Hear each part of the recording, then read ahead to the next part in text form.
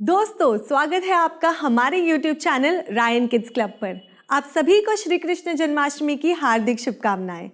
कृष्ण जन्माष्टमी का मतलब है कृष्ण का जन्म अष्टमी के दिन यानी कि 8वें दिन।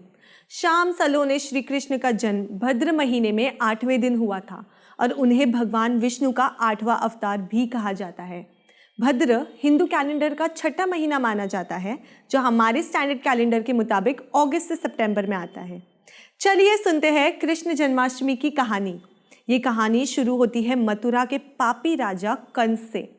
माना जाता है कंस ने अपने पिता उग्रसेन को जेल में बंद करके उनका सिंहासन हड़प लिया। सत्ता के लालची कंस की नज़र अब यादवों के राज्य पर थी।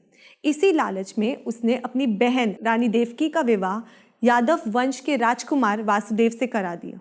देवकी और वासुदेव की शादी के दिन भविष्यवाणी में कहा गया कि कंस का अंत देवकी और वासुदेव की 8वीं संतान द्वारा होगा। ये सुनते ही कंस ने अपनी बहन को मारने के लिए तलवार उठा ली, पर वासुदेव ने कंस को ऐसा करने से रोक दिया और कहा कि वो बच्चा पैदा होते ही कंस के हवाले कर दिया करेंगे, जिससे कंस की जान को कोई खतरा नहीं रहेगा। कंस ने अपनी बहन और जीजा की जान तो बख्श दी, लेकिन उन्हें हमेशा के लिए कालकोठरी में बंद कर दिया। तो जैसे ही देवकी और वासुदेव की संतान पैदा होती, कंस बच्चे को उसी वक्त दीवार से पटक कर मार देता। इसी तरह कंस ने देवकी और वासुदेव के 7 बच्चे को बेदर्दी से मार डाला। कंस की बढ़ती हैवानियत को देखकर विष्णु जी ने भगवान श्री कृष्ण के अवतार में जन्म लेने का फैसला किया। एक अनोखी रात वासुदेव और देवकी के यहाँ उनकी 8वीं संतान ने लड़के के रूप में जन्म लिया। उसके पैदा होते ही कैद खाना रोशनी से जगमगा उठा और बाहर खड़े पहरेदार बेहोश हो गए। फिर एक दिव्यवाणी ने वासुदेव से कहा कि वो अपने बच्चे को गोकुल में रहने वाले उनके दोस्त नंद राजा के घर छोड़ आए और बदले में नंद राजा और यशोदा की बेटी को ले आए, जिसका जन्म भी उसी रात हुआ था। तो वासुदेव ने बिल्कुल वैसे ही किया जैसे उन्हें दिव्यवाणी ने कहा।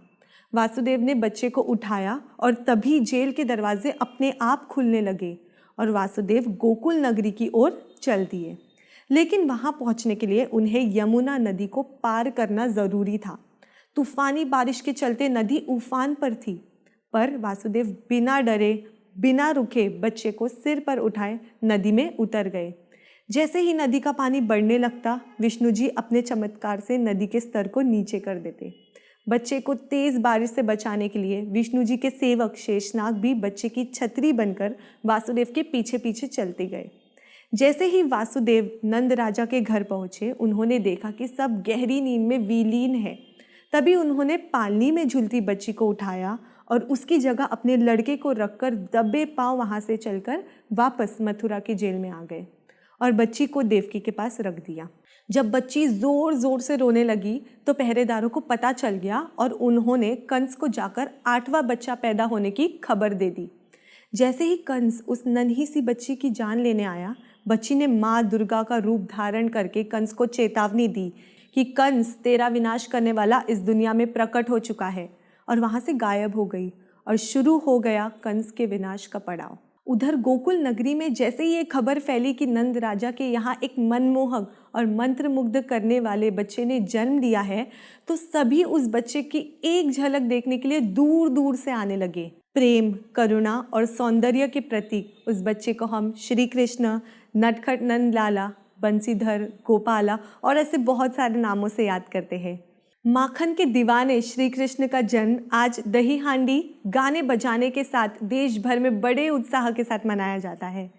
हमें आशा है आपको ये वीडियो पसंद आया होगा। इस वीडियो को लाइक करें, शेयर करें और ऐसी और भी इंटरेस्टिंग इन्फॉर्मेशन पाने के लिए हमारे चैनल को सब्सक्राइब करें। आदर्श पालक कैसे अपने बच्चों की परवरिश करते हैं जिससे उनके बच्चे जीवन भर खुश, सफल और निरोगी रहते हैं?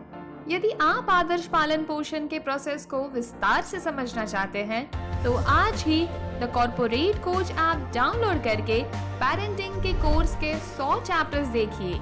मूल्य केवल 599 रुपए 1 महीने के लिए, या हमें 8452865287 इस नंबर पर कॉल कीजिए। बच्चों के जन्म से लेके 21वें साल तक के जिनके बच्चे हैं, उन पेरेंट्स के लिए यह ट्रेनिंग प्रोग्राम आवश्यक है।